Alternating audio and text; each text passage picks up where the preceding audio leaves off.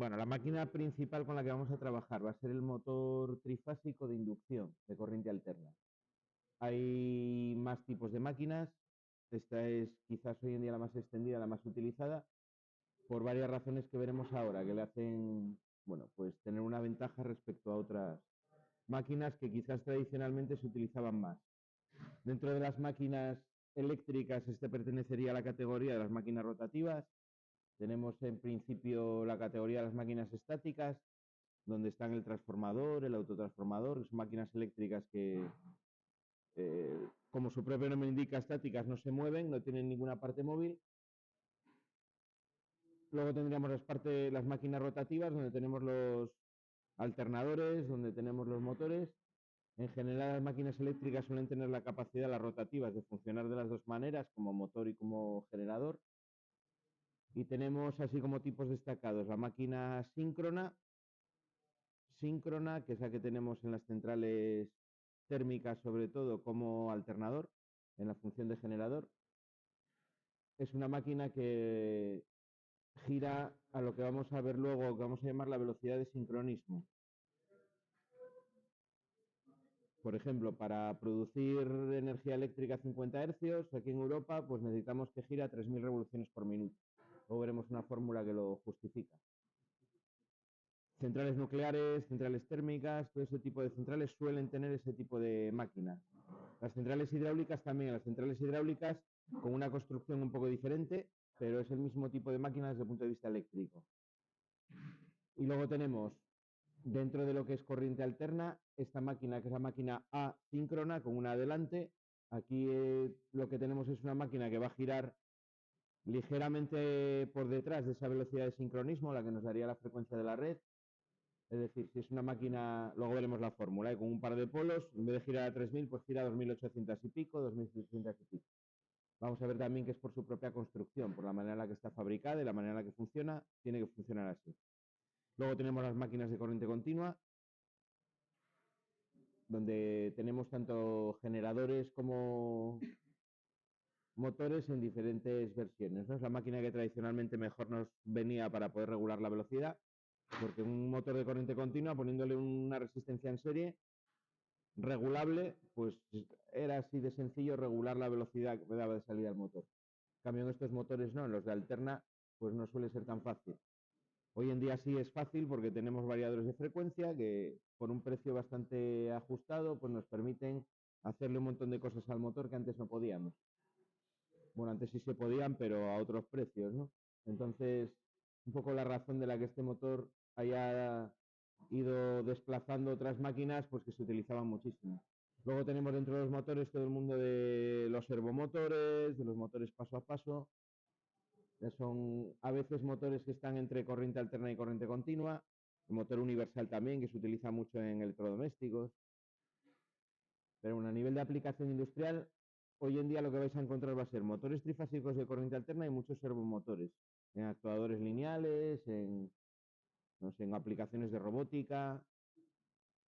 Como también es algo que el precio se ha ido rebajando y las capacidades han ido aumentando, pues también se están utilizando mucho más.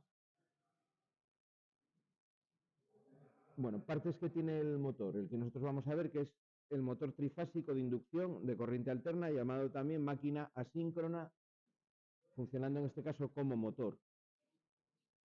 Las máquinas rotativas, esto en general es para la mayoría, tienen dos partes principales, que son el estator y el rotor. Nuevamente tenemos aquí una traducción del inglés al español un poco chusca, pero bueno, es como hacemos las cosas de aquí. Palabra en inglés es exactamente igual, quitándole esa E, ¿no? Que para qué necesitamos aquí en castellano para poder pronunciar las cosas. Pero las palabras vienen tal cual del inglés. Stator, la parte estática, la parte fija de la máquina. Rotor, la parte que gira, la parte móvil de la máquina. En ambos casos tengo circuitos magnéticos y circuitos eléctricos. Circuito magnético, vamos a ver luego en un vídeo cómo es constructivamente, en una animación 3D para que veáis cómo es. Son un montón de chapas de acero al silicio con alta permeabilidad magnética y bajo magnetismo remanente que van barnizadas para aislarlas entre sí y apiladas todas formando un cilindro hueco por dentro, que es donde voy insertando las bobinas de la parte del estator, las bobinas inductoras, las que yo alimento desde la red eléctrica. Tienen una serie de ranuras donde voy disponiendo los 3 devanados, una máquina trifásica, repartiéndolo en los 360 grados del perímetro de esa circunferencia interna para tener perfectamente distribuidas las 3 fases, ¿no? Y bueno, al final lo que vamos a ver es que conseguimos un campo magnético rotativo, construyéndolo de esa manera. El devanado que ya hemos dicho, que está ahí dentro de la parte de lo que es el circuito magnético, que son 3 fases con sus 2 bornes accesibles en la solución más general de esta máquina, que como cualquier carga trifásica vamos a ver que podemos conectar tanto en estrella como en triángulo. Y el motor se comportará de maneras diferentes, según yo lo conecte de una manera o de otra. Uno de los principales conocimientos que tenemos que llevar al final es siempre que tenga un motor, saber cómo tengo que conectarlo. Si va a tener una conexión fija, ¿no? En estrella o en triángulo, saber cómo lo tengo que hacer sin muchas dudas.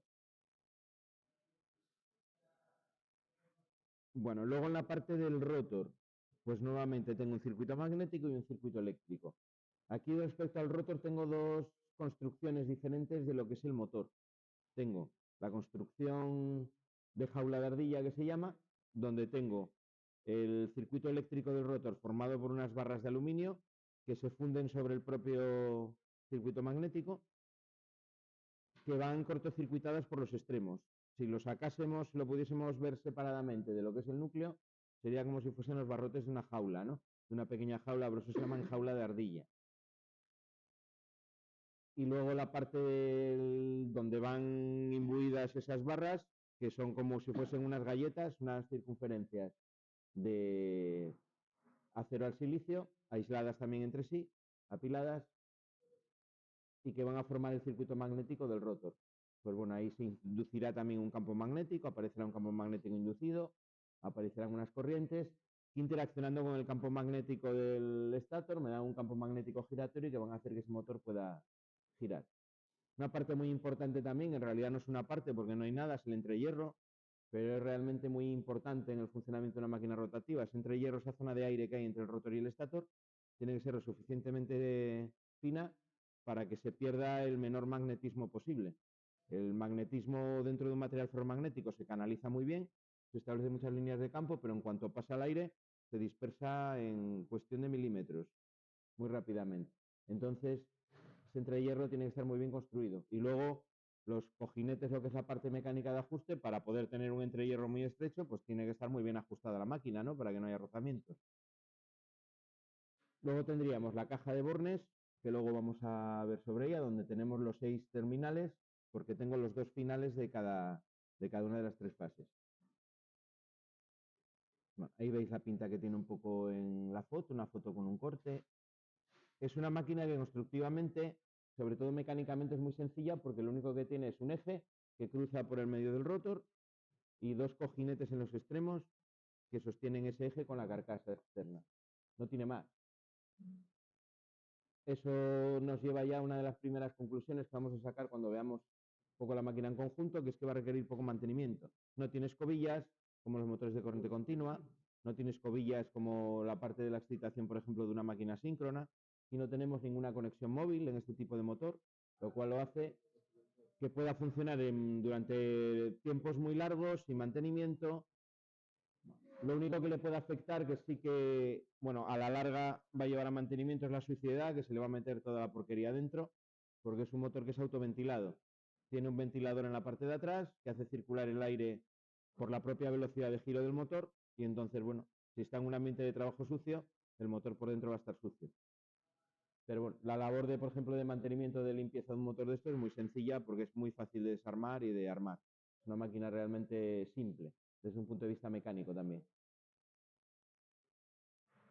Vamos a ver entonces lo que os decía, un pequeño vídeo donde se puede ver bastante bien eso, al menos como es internamente. Voy a quitarle el sonido porque además no está en español. Pero bueno, para que veáis un poco las partes. Bueno, esa es la parte que os decía del estator.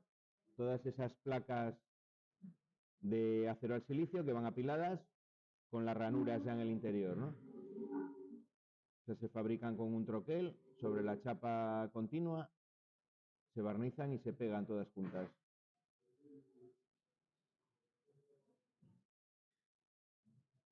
Papel aislante que va en cada ranura para aislar completamente el conductor de cobre que voy a meter dentro de lo que es la parte de la carcasa, porque el acero al silicio es conductor también de la electricidad. No tan bueno como el cobre, pero es el conductor. Bueno, ahí muestran cómo se construye el devanado. Los devanados se calculan con un determinado número de vueltas y para un diámetro de conductor de cobre determinado. Entonces, nada, ahí están en la máquina preparando un devanado, ¿no? Y en el módulo de grado medio de electricidad lo solían hacer esto con con un rotor, con otro tipo de máquina, pero bueno, tienen allí las máquinas para manualmente, en este caso, ir preparando las bobinas. Las bobinas se van metiendo en las ranuras por grupos. Eso es lo que forman los devanados de lo que es el estator. Es que van en múltiplo de 3, luego se unirán y se sacarán los extremos de cada fase a la parte de fuera. Este es el cierre que van a llevar y van otro cierre de papel por la parte de arriba. Papel es más un material como más plástico, también aislante. Esto se hace todavía para lo de rebobinar motores, porque hay muchas industrias de motores que son únicos, ¿no? Y que no puedes reemplazarlos por la forma que tienen por otro actual. Entonces sale mucho más rentable pues rebobinarlos cuando hay algún problema. Y nada, ellos enseñan la forma que tendría desplegado ese devanado, ¿no? La forma que tendría. Bueno, nosotros no vamos a llegar al estudio de eso, pero cuando se estudian las máquinas eléctricas, se estudia ahí toda esa forma en la que se va haciendo el devanado, cómo se reparten las 3 fases para que queden uniformemente distribuidas. Y los 6 terminales, cómo salen a la caja de bornes, que en este caso está en la parte superior. Es que están todas las piezas ahí encima de esa mesa y no tiene muchas. Una máquina muy simple. Esa sería la parte del rotor, que también son como una serie de galletas de acero al silicio. El aluminio que se funde en las ranuras, la jaula de ardilla. Y en la animación no sale, pero están ligeramente inclinadas, ¿eh? No están perpendiculares a la base, para facilitar el arranque y demás. Esa es la forma que tendrían las barras, os enseño ahí. Así es la forma que tendrían en realidad, ligeramente inclinadas. Es para evitar que cuando arrancas el motor te quede el campo magnético, lo frene y lo deje fijo. El eje iría en el medio. Los 2 cojinetes, veis que mecánicamente no tiene nada. Bueno, la parte externa del azul es la carcasa, ¿no? Que no la comentamos, suele ser de fundición de acero, con una serie de aletas para poder ventilar, para disipar el calor con más facilidad. Las 2 tapas exteriores, la tapa de la caja de bornes, y luego lo que os decía atrás, el ventilador, ¿no? Como es autoventilado, lleva ahí un ventilador con su tapa.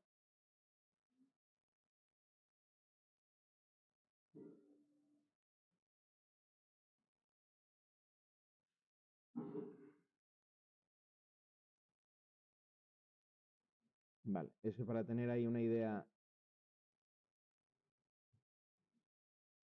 Tenía aquí otro, que bueno, aquí os muestra el campo magnético. Esto vamos a ponerle el Las sonido a ver más qué hacemos. comúnmente utilizadas.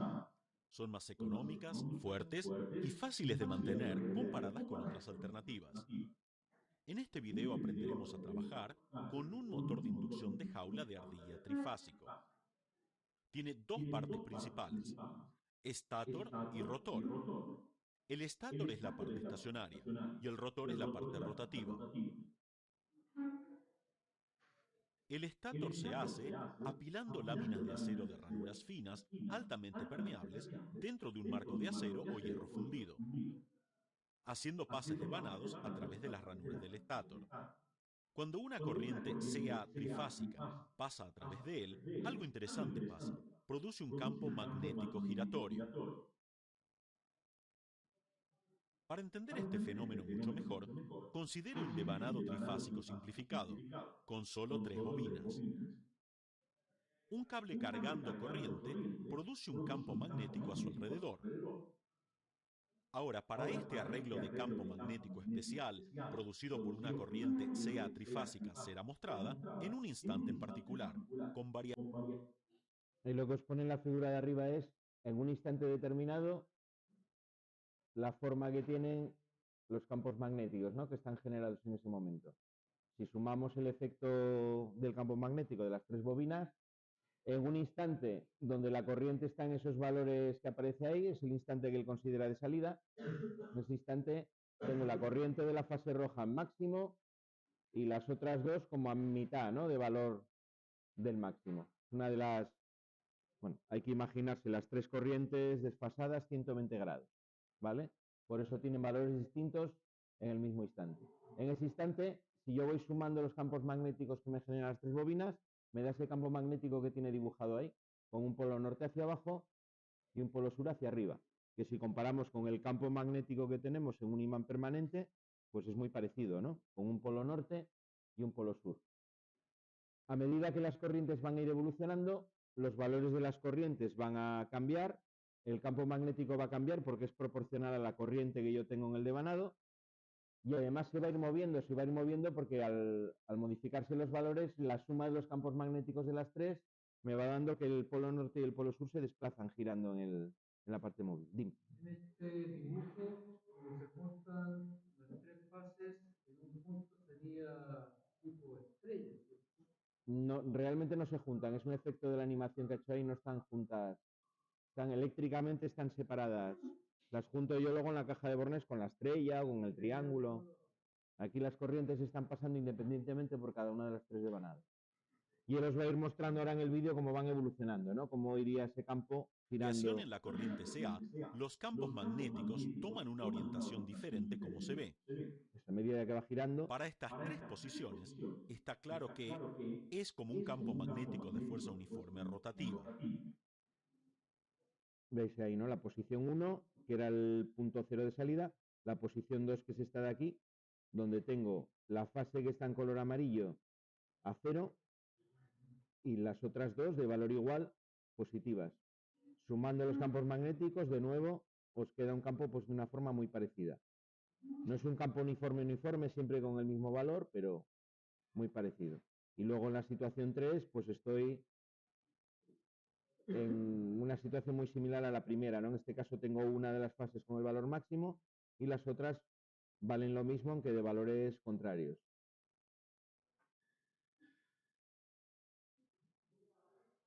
La velocidad de rotación de un campo magnética es conocida como velocidad de sincronismo. Asume que estás colocando un conductor cerrado dentro de él, ya que el campo magnético está fluctuando, una fuerza electromotriz será inducida en el circuito cerrado de acuerdo a la ley de Faraday. Esta FRM producirá una corriente a través del bucle, así que la situación se ha vuelto de que un bucle cargado de corriente está situado en el campo magnético. Esto producirá una fuerza magnética en el circuito cerrado, de acuerdo con la ley de Lorentz, y el circuito empezará a rotar.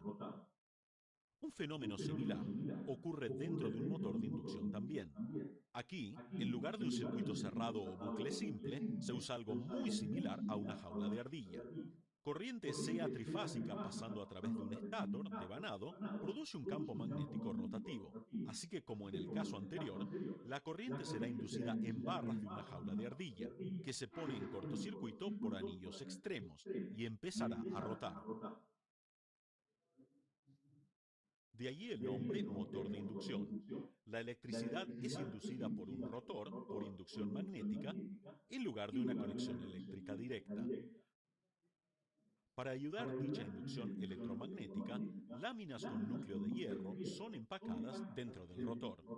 Estas rebanadas tan pequeñas de capas de hierro se aseguran que la pérdida de corriente de Foucault sea mínima.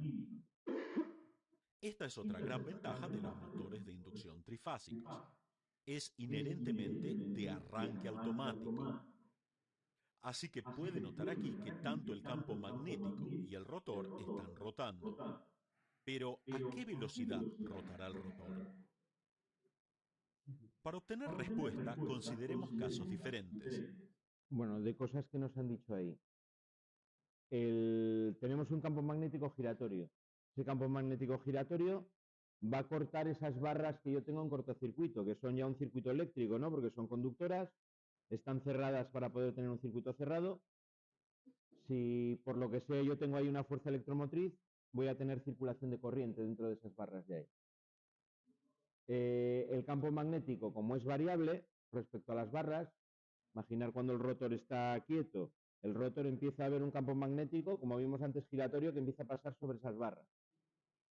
Un campo magnético variable lo que hace por la ley de autoinducción es inducir fuerzas electromotrices en esas barras de la jaula de ardilla. Es decir, aparece una fuerza electromotriz que, como el circuito está cerrado por los anillos de los extremos, hace que empiecen a circular corrientes.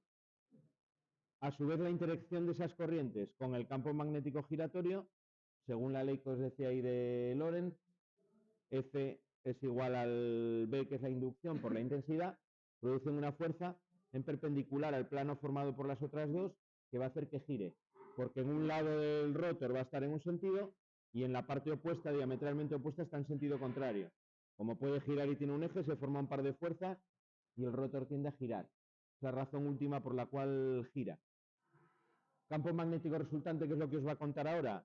La velocidad no va a ser exactamente la misma porque el resultado del campo magnético final va a ser la interacción del campo magnético del estator, pero se va a producir también un campo magnético por las corrientes del rotor. Al estar recorridas por corriente, también a su vez produce un campo magnético. El campo magnético resultante será la interacción de los dos. Esta máquina, el campo magnético que se produce en las barras del rotor es exactamente igual que el campo magnético del estator. Por eso es una máquina donde diremos más adelante que el número de pares de polos que tiene depende únicamente del número de pares de polos del estator. Si yo construyo una máquina con el rotor bobinado, tengo que construirlo de la misma forma, del mismo número de par de polos que el rotor, el rotor que el estator, porque si no la máquina no funciona. Es el caso del motor de anillo rozante. Aquí no necesito tener esa consideración porque por magnetismo automáticamente se iguala. Al tener barras cortocircuitadas, la forma del campo magnético que se induce va a ser exactamente la misma. Considere un caso donde la velocidad del rotor es igual a la velocidad del campo magnético. Como los dos están rotando a la misma velocidad, el circuito cerrado rotando siempre experimentará un campo magnético constante. Así que no habrá ninguna FM inducida y corriente. Esto significa cero fuerza en las barras del rotor. Así que el rotor gradualmente irá más despacio. Pero mientras va más despacio, los circuitos cerrados del rotor experimentarán una variación en el campo magnético, y la corriente inducida y la fuerza se elevarán otra vez, y el rotor irá más rápido. En pocas palabras, el rotor nunca alcanzará la velocidad del campo magnético. Rota a una velocidad específica que es menor a la velocidad del sincronismo. En el principio de funcionamiento acabamos de decir que para tener autoinducción, es decir, para tener fuerza electromotriz en las barras del rotor y tener corriente y demás, necesito tener un campo magnético variable. Está contando en el vídeo que si imaginamos el caso en el que el rotor está girando a la misma velocidad, en ese instante donde ya gira a la misma velocidad, el campo magnético ya no es variable. Como cuando vais adelantando un coche, si adelantáis un coche y os ponéis a la misma velocidad que el coche, y tú miras al que está en el coche de al lado, estáis quietos, uno respecto al otro, ¿no? Si tú lo miras, el coche no se mueve, vais igual a la misma velocidad, uno respecto al otro estáis parados. Estáis en un sistema de referencia móvil, pero entre vosotros dos estáis quietos.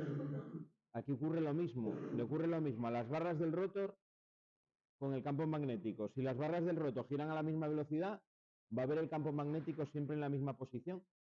Por lo tanto, el campo magnético pasa a ser fijo. Y un campo magnético fijo no me induce fuerza electromotriz.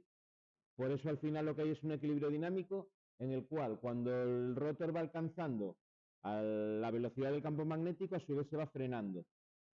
Porque va perdiendo fuerza electromotriz, va perdiendo corriente, pierde fuerza de giro y se va frenando por consecuencia. ¿Vale? Al final el resultado, ¿cuál es? Que el rotor va a girar, pero va a girar ligeramente por detrás siempre, en la zona donde se equilibran esos dos fenómenos y puede girar haciendo fuerza también, porque es capaz de mover cargas en el eje, pero ligeramente por detrás de ese giro que tiene el rotor. Esa diferencia la vamos a llamar deslizamiento. Es a nivel práctico, entre un 3 y un 4% la velocidad de sincronismo del motor. La velocidad de sincronismo, luego os enseño la fórmula, siempre es frecuencia por 60 partido del número de pares de polos. Que si multiplicamos aquí en Europa, que son 50 Hz, pues serían 50 por 60. Imaginando una máquina de un par de polos, serían 3.000 revoluciones por minuto. Bueno, pues el motor va a girar en sus condiciones nominales un 3-4% por debajo de esas 3.000 revoluciones por minuto. Por eso se llama máquina asíncrona, fuera de sincronía, ¿no? Que no es síncrona. No gira exactamente a la misma velocidad que la frecuencia le marcaría. Bueno, acabamos de verlo y La diferencia entre el recapitulamos. sincronismo y la velocidad del motor es llamado deslizamiento o resbalamiento. El poder mecánico de rotación es transferido a través de un eje de potencia. En pocas palabras, en un motor de inducción, la energía eléctrica es ingresada a través de un estator y emitida por motor.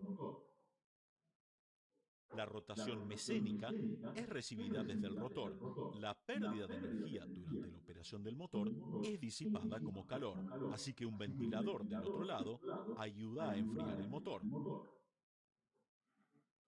Espero que hayan tenido una buena introducción para trabajar con motores.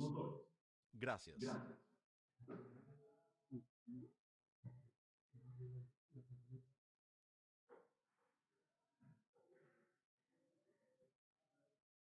Tenéis aquí en los apuntes todo ese fenómeno que nos cuenta el vídeo, lo tenéis por aquí relatado, ¿no? Este sería un poco el resumen del principio de funcionamiento. Genera un campo magnético giratorio en el estator, me induce fuerza electromotriz en el rotor por el principio de autoinducción, circulan corrientes por el rotor, aparecen por consecuencia, por la ley de Lorentz, fuerzas electromagnéticas entre las corrientes del rotor y el campo magnético del estator, lo que origina el par de giro, esa fuerza de giro que voy a tener en el rotor del motor. Y luego, recordar que el rotor gira a una velocidad inferior a la velocidad de sincronismo, la que nos da esa fórmula que tenemos ahí arriba, porque si no se pararía, ¿no? Porque es contradictorio con el principio de funcionamiento de alcanzar la misma velocidad. Tenéis aquí la fórmula de velocidad de sincronismo. La P que tenéis abajo es el número de pares de polos. Puedo tener, como en la figura del primer vídeo, simplemente un polo norte y un polo sur, que sería un par de polos, o puedo tener dos polos norte y dos polos sur, que serían dos pares de polos, o cuatro, o como en alternadores de estos asíncronos de centrales hidráulicas, hasta 11 pares de polos o 17 pares de polos, que pueden llegar a tener algunos. ¿Por qué, por ejemplo, los alternadores de las centrales hidráulicas tienen un montón de pares de polos? Bueno, porque la velocidad a la que gira la máquina físicamente, por la fuerza del agua, es mucho más lenta que la velocidad que le puedo dar, por ejemplo, una central térmica con una máquina de vapor, ¿no? Que es lo que tiene al final una central térmica. Con la velocidad de giro más lenta de un alternador de una central hidráulica, que bueno, es una máquina síncrona, no es esta, pero respecto a esa construcción de esa parte de la máquina es idéntica a la parte del estator. Como la máquina gira mucho más lenta, con muchos más pares de polos voy a poder conseguir mucha más velocidad, ¿no? Eléctricamente hablando, frecuencia, porque en este caso, en cualquier alternador de cualquier central tengo que conseguir los 50 hercios de salida de la máquina. Por eso, cuanto la máquina en los alternadores es más lenta, mayor número de pares de polos tiene que tener para producir los 50 hercios. En una central, por ejemplo, térmica, el alternador tiene un par de polos solamente. Solamente tiene un par de polos. Vais a ver, de hecho, bueno, ahora ya no se ve porque ahora como está todo con ordenador, ya en una central entras y no ves nada. Pero antiguamente entrabas en el centro de control, que tenía un montón de de relojes allí, de medidores, de indicadores de todo tipo, digitales, de aguja. Había uno que tenía en un lugar preferente siempre, que era las velocidades de salida del alternador, que solía estar en 3000 clavado, y la frecuencia de la red al lado, los 50 Hz, que solía estar en 50 Hz clavado. Cuando veías alguna pequeña variación en las revoluciones por minuto, te variaba la frecuencia en consecuencia. Solía variar muy poco, ¿no? Tienes que estar un rato mirándolo para ver alguna pequeña variación, que era muy raro que la vieses, porque las hacían girar a una velocidad muy, muy constante. Eso es la velocidad de sincronismo. Para nosotros, bueno, si conectamos un motor y vemos que gira a un valor cercano a las 1500, pues sabemos que es un motor de 2 pares de polos. Si gira cercano a las 3000, pues será de un par de polos. Normalmente en los motores que se emplean o que vamos a emplear estaremos en un par de polos o en 2, normalmente. ¿Que necesito que gire a menor velocidad? Bueno, pues normalmente la solución tradicional es poner una reductora mecánica en la salida del eje, que mecánicamente me reduzca mediante una caja de engranajes la velocidad y ya está. Ya tengo la velocidad de salida que yo quiera para el motor, ¿no? Mecánicamente hablando. Lo que pasa en los portones de los garajes, normalmente pues viene un motorín pequeño ya con una reductora acoplada en el eje, para que te gire a la velocidad que necesita para subir y bajar el portón. Bueno, ese es el principio de funcionamiento del motor. Algo más interesante para nosotros desde un punto de vista eléctrico. ¿Cómo se conecta esos 3 devanados? Ahí tenéis 3 fotos de caja de Bornes, ¿no? Una sin las conexiones, la del medio con una conexión estrella y la de la derecha con una conexión en triángulo. Como cualquier carga trifásica tengo 2 opciones, conexión estrella o conexión triángulo. ¿Qué diferencias hay? Pues las diferencias que tengo siempre en trifásica entre la estrella y el triángulo. Cuando yo tengo un triángulo, esto lo habréis visto ya creo con Ana, si yo tengo, bueno, vamos a dibujarlo con la forma de triángulo, que es más claro. Si soy capaz.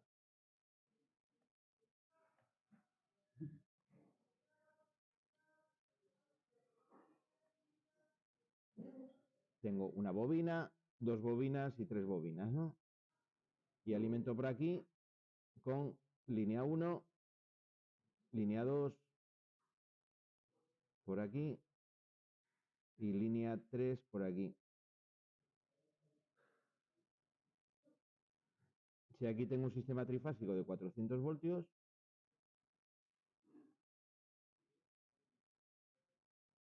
¿cuánto le llega a cada fase? Pues es fácil de ver, ¿no?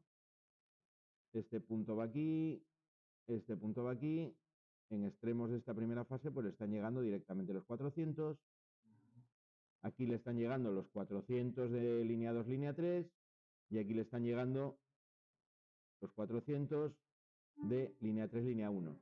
En una conexión en triángulo, la tensión de fase es igual a la tensión de línea, ¿no? La tensión de alimentación, siempre. ¿Qué pasa en un triángulo respecto a las corrientes? La corriente de línea es la corriente de fase, triángulo, triángulo, multiplicado por raíz de 3, ¿no? Las relaciones de trifásica. En una estrella ocurre al revés, ocurre con la tensión, eso de ahí. Si yo cojo esas mismas 3 fases y las conecto al mismo sistema trifásico, las conecto, por ejemplo, así,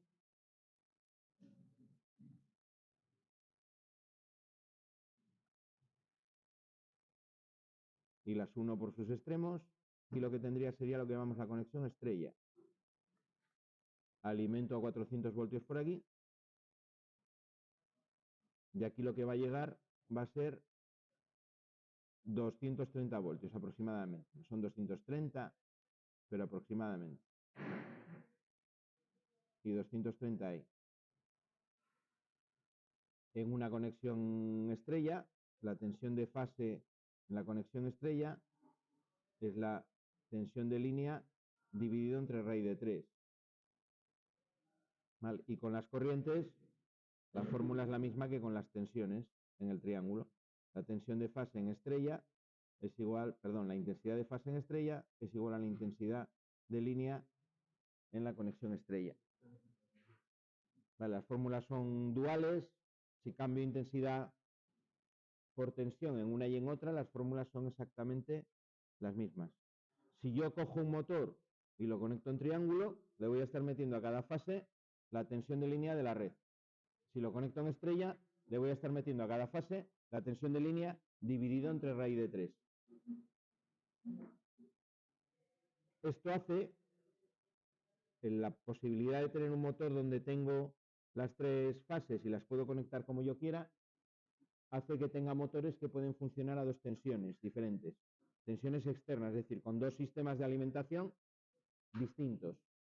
Si yo tengo, por ejemplo, un motor, imaginaos que tengo una red como la que tenemos aquí. 400 voltios. Bueno, vamos a normarla bien. Una red, sí, 400/230. 3 fases más neutro. El neutro para el motor no lo necesito porque el motor no lleva neutro. Pero tengo esa red de alimentación. Y tengo un motor que en su placa de características me dice 230/400 voltios. Vale, hay veces que tienen el detalle de decirme qué tensión corresponde a cada conexión, pero otras veces no. Entonces yo tengo esos dos datos. Tengo una red que es de 400 y tengo un motor 230/400. Primera pregunta que me podría hacer. Vale, ¿y ese motor a qué tensión funciona? Siempre la más pequeña. La tensión de funcionamiento del motor, de cada fase del motor, es la más pequeña de las dos que os dice. Si os dice 230/400, ese motor no le puedo meter más de 230 voltios en cada fase, porque lo quemo. Yo le viene la pregunta, vale, pues este motor que solo soporta 230, ¿cómo lo tengo que conectar si lo quiero conectar a esta red de aquí? ¿Cómo tengo que conectarlo? Pues tendría que conectarlo, no tengo más opción de conectarlo en estrella, efectivamente. ¿Por qué? Porque si lo pongo en triángulo, le voy a estar metiendo 400, ¿no? Que hemos visto aquí. Y 400 no le puedo meter porque lo voy a quemar. Cuando el fabricante en el motor en la placa me dice ese valor, lo que me está diciendo es que a veces me lo pone que 230 correspondería a la conexión estrella, perdón, al revés. Que si la red es de 230, podré conectarlo en triángulo, y si la red es de 400, debería conectarlo en estrella. Hay veces que me añaden esa leyenda ahí. Si yo en vez de tener una red, bueno, en esta red, lo ponemos aquí, tendría que conectarse en estrella.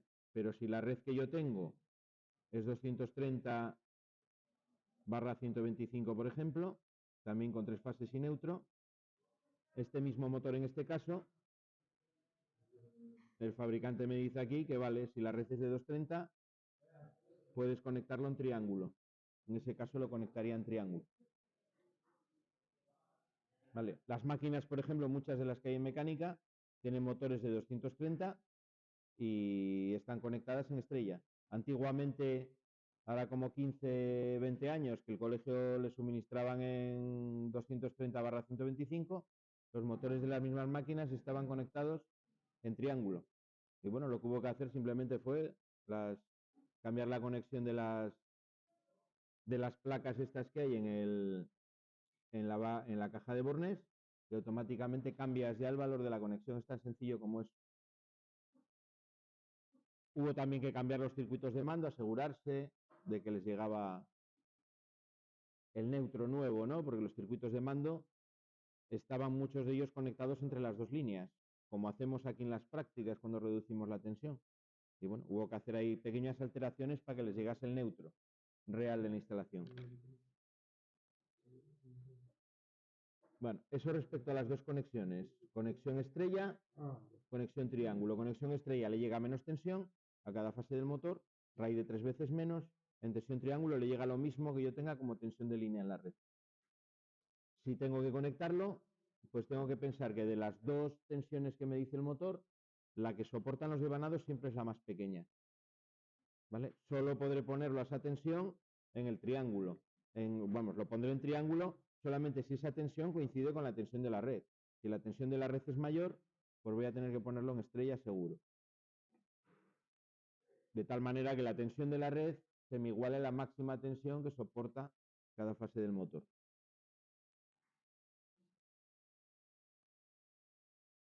Y ante la duda, si estoy en un caso práctico y tengo mucha duda, pues de la duda lo pongo en estrella. Sí, ¿Qué es lo peor que puede pasar? Que no me arranque la máquina porque no tenga fuerza. Cuando yo lo conecto en estrella, pierdo la mitad del par del motor, es decir, pierdo la mitad de la fuerza. Con lo cual no siempre voy a poder conectarlo en estrella. En aplicaciones reales hay aplicaciones que se diseñan para que el motor funcione en triángulo. Pero bueno, aquí el motor, realmente los motores que son bitensión van a trabajar en sus condiciones nominales tanto con conexión estrella como en conexión triángulo. Porque fijaros que al motor le va a llegar siempre la misma tensión a su fase, a cada una de sus fases. La diferencia en este caso es la red externa, ¿no? Que tenga más o menos tensión externamente. Pero lo que le llega al motor, por tanto la tensión que hace que funcione, es la misma en las dos conexiones, lo que cambia es la red. Pero bueno, si tenéis duda en un caso práctico, pues antes de ponerlo en triángulo, prueba a ponerlo en estrella, a ver qué pasa. Y así no la liáis. Hay veces que le meto el calentón y no quema, pero lo más probable es que queme el motor a la primer intento, que lo meta que lo conecte mal. Luego la caja de bornes. Para poder hacer esa conexión de manera fácil, los extremos de las fases se sacan de esa manera que tenéis ahí. ¿Vale? Los tornillos serían los círculos que hay en la figura. Y la numeración, la U se correspondería con la primera fase del motor, la V con la segunda fase del motor y la W con la tercera fase del motor. 1 es el borne por el que entra la fase, la entrada de fase, y 2 es la salida. Si dibujamos aquí las bobinas, pues lo que tendría sería algo así, ¿no? Tendría una de las fases conectada así, otra de las fases conectada así, y la tercera estaría conectada internamente así. Vale, no están sacados uno enfrente de otro, sino que están cruzados. Porque de esa manera, si yo quiero hacer, por ejemplo, un triángulo, pues es muy fácil de hacer. No tengo más que poner una placa aquí, otra placa aquí y otra placa aquí. Y ya tengo conectado el principio de una fase con el final de la siguiente. Alimento por aquí abajo. Aquí metería línea 1, aquí metería línea 2 y aquí metería línea 3. Y ya tengo el motor conectado en triángulo. Sin más, principio de una fase con el final de la siguiente.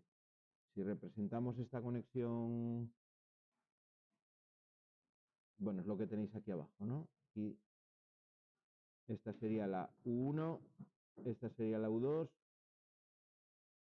Bueno, en este caso aquí el triángulo está hecho. Es que el triángulo se puede hacer de dos maneras. Aquí en el dibujo sería de la siguiente. Y esta sería la W2 y la W. A ver, si se hace mal desde el principio. V1, V2, W1, W2. Vale, esa sería la conexión. Si lo dibujamos de esta otra manera, las dibujo así.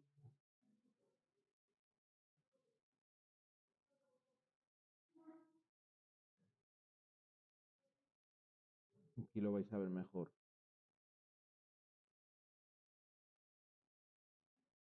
Vale, lo que me está haciendo aquí es unir el W2 con el U1. Es decir, el W2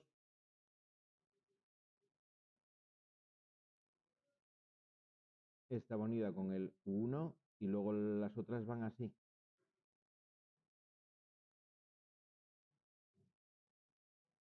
Esa es una manera de hacer el triángulo, que es la que hago si saco los bornes, los extremos de las bobinas en este orden. Ahí, ¿vale? El orden aquí no es el mismo, porque yo los he dibujado enfrentados las bobinas y aquí las bobinas están inclinadas. Pero es exactamente la misma conexión. Pero yo esto podía haberlo hecho así, ¿no? Y eléctricamente es un triángulo exactamente igual. Yo tengo aquí y en vez de cruzar en ese sentido, puedo cruzarlas en este.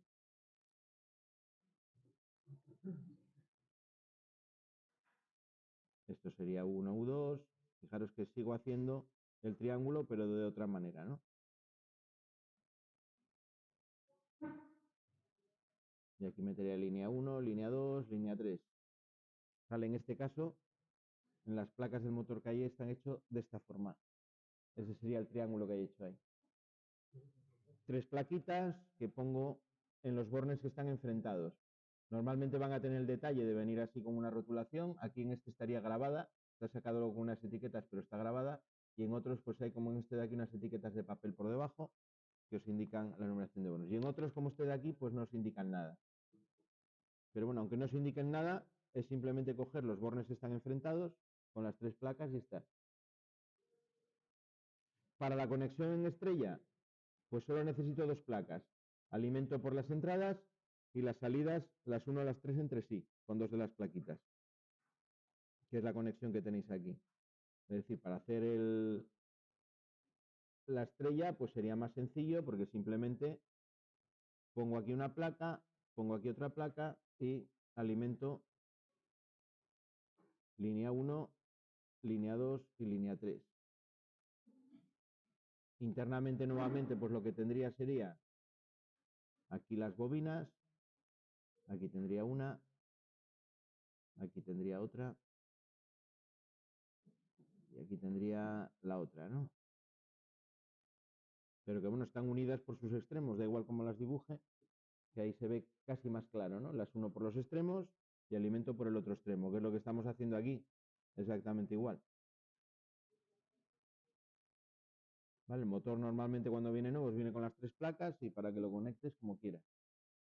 Y luego veremos que hay, por ejemplo, arranques de motores que utilizan esta doble conexión para arrancarlo primero en estrella y luego cuando coge velocidad el motor lo pongo en triángulo para reducir la corriente. Reduzco la tensión de alimentación, el motor demanda menos corriente de la que debería demandar y cuando ya está acelerándose, llegando a una velocidad cercana a la velocidad de régimen, lo pongo en triángulo.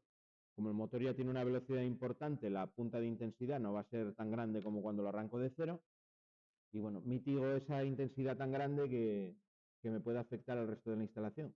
Es uno de los sistemas que se pueden utilizar para cumplirlo con lo que dice el reglamento, ¿no? De las puntas de arranque.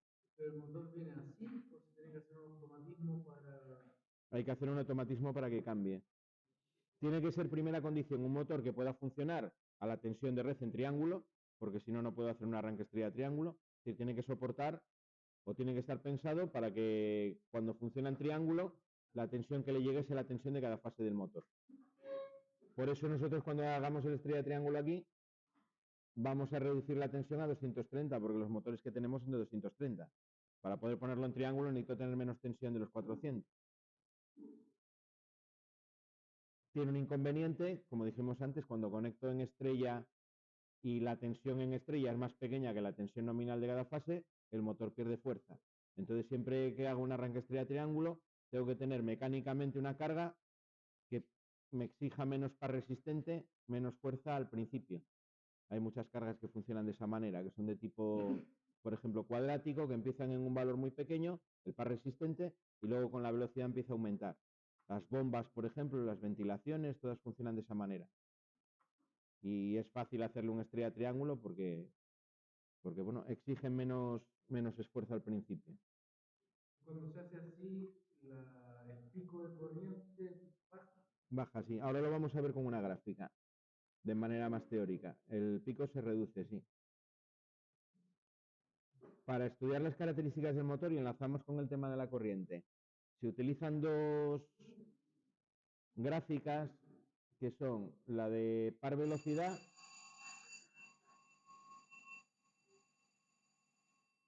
que es esa que tenéis ahí, y la de corriente velocidad.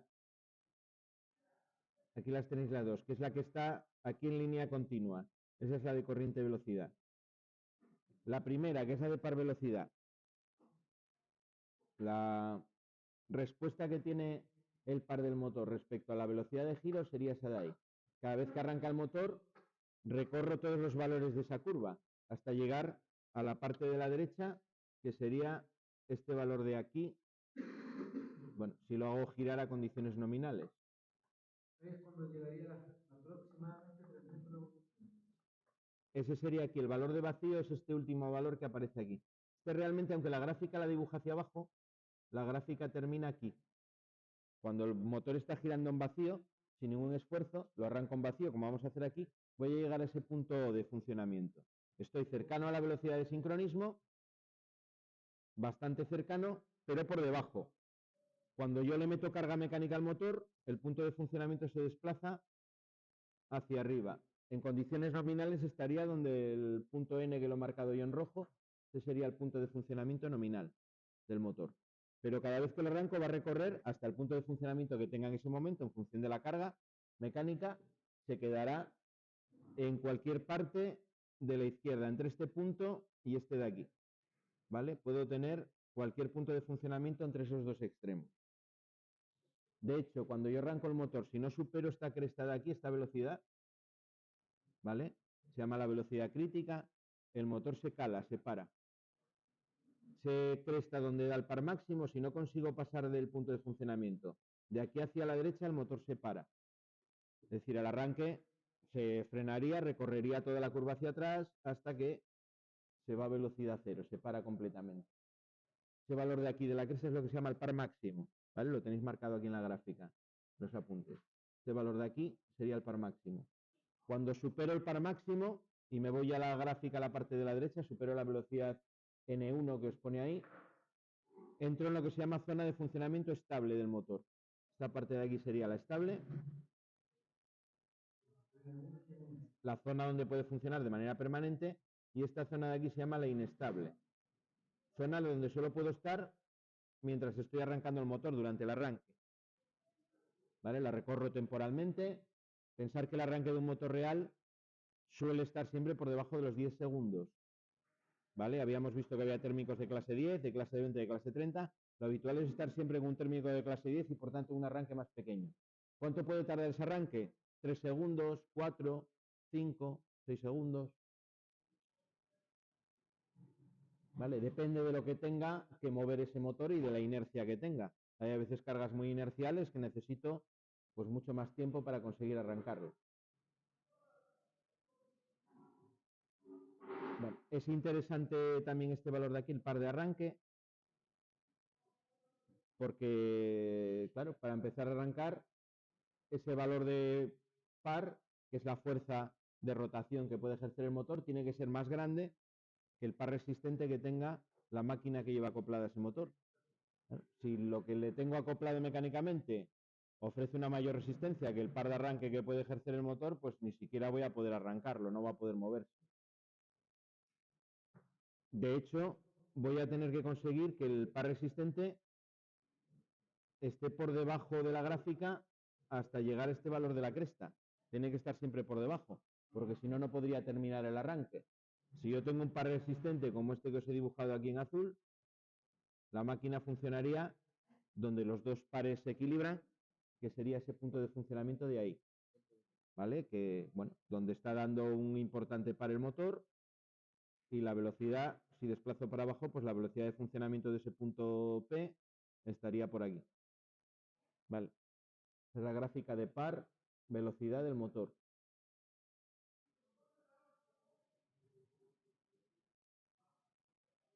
Y luego tenemos la curva de intensidad, que esta nos es útil para ver el pico que pega en el arranque del motor, ¿no? La respuesta de intensidad en función de la velocidad es esa gráfica que tenéis ahí. Empieza en un valor que depende del tipo de motor. Si es un motor de tipo de jaula, habíamos visto que era entre 6 y 7 veces la intensidad nominal. Si es un motor de anillos rozantes, habíamos visto que era sobre 2,5 veces la intensidad nominal, ¿no? Es ese pico que pega ahí. Cuando yo arranco un motor en estrella, como le reduzco la tensión de alimentación, ese pico de intensidad también se reduce. Se reduce, creo recordar, sobre 1/3 más o menos. Bueno, ponen los valores en los apuntes. Os recuerda aquí en los apuntes que esto desde el punto de vista del reglamento hay ocasiones donde es un problema. si me puede afectar a las instalaciones que tengo alrededor de ese motor, pues tengo que tomar una serie de precauciones, ¿no? El reglamento de la instrucción 47 me pone esa tabla, me limita los valores de que o la relación entre la corriente de arranque y la corriente nominal, en función de las potencias de los motores. Esa es la razón, por ejemplo, por la que cuando tenemos motores de mucha potencia, suele utilizarse el motor de rotor bobinado, el de anillo rozante, es el que tiene 2,5 veces la intensidad nominal. Mientras que para motores hasta, no sé, hasta 5 o 10 kilovatios, pues con un motor de jaula pues me puedo apañar. Hay veces que se limita, hay veces que no. Depende de una instalación industrial, depende mucho de lo que tenga alrededor, de que me pueda afectar o no me pueda afectar.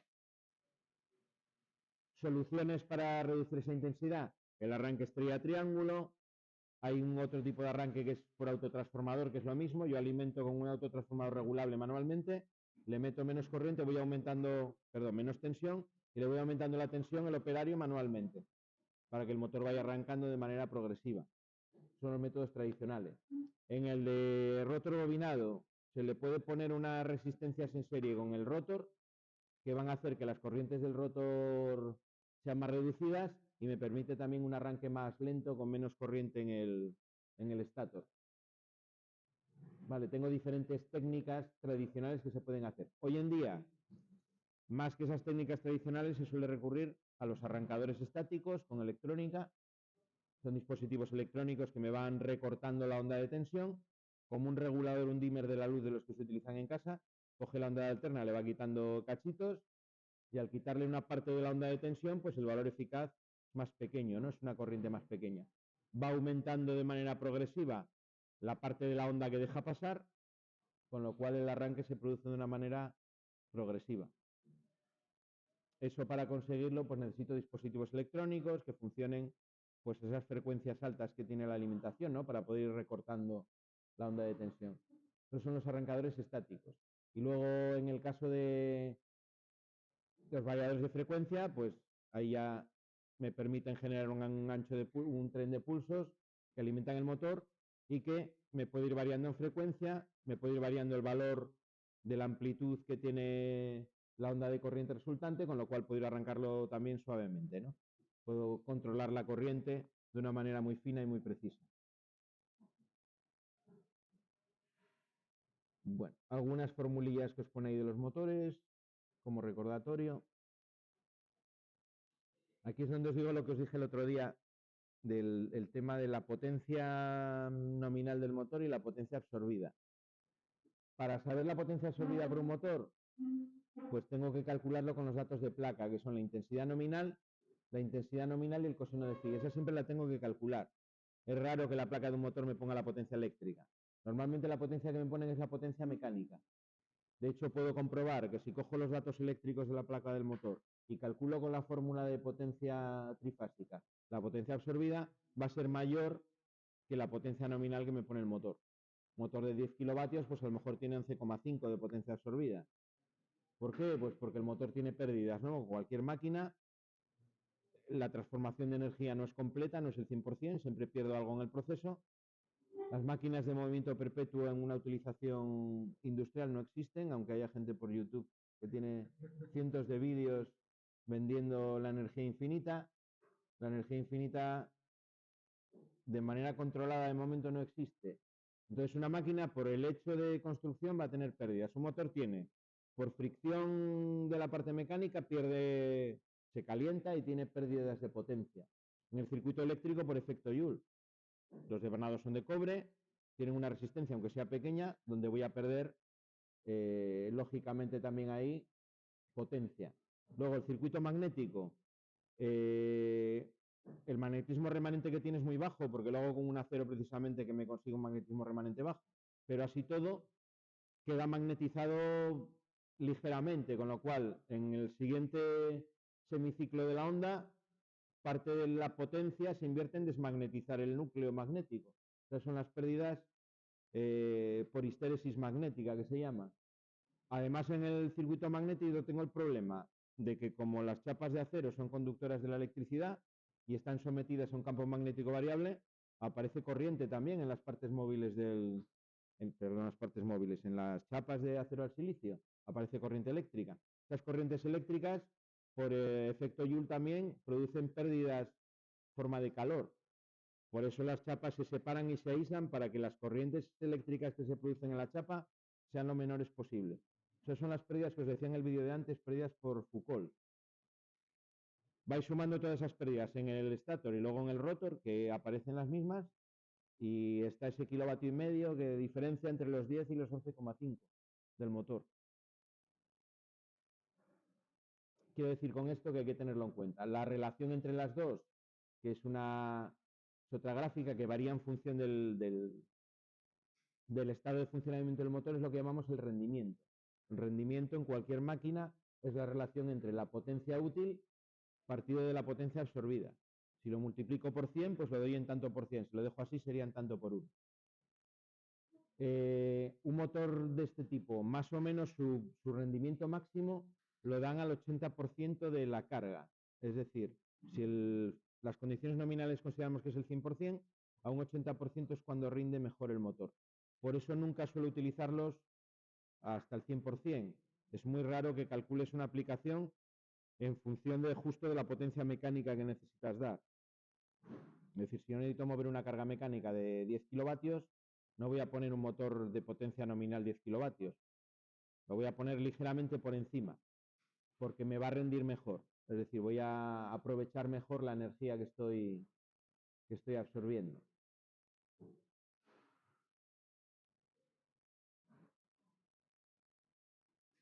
Y eso es un poco lo que tenía de los motores. Luego tenemos ya la parte que más nos interesa a nosotros, que sería de cómo se conectan. Bueno, tenéis aquí lo de la estrella triángulo y el recordatorio de las tensiones, lo que hicimos antes, lo tenéis aquí también en los apuntes.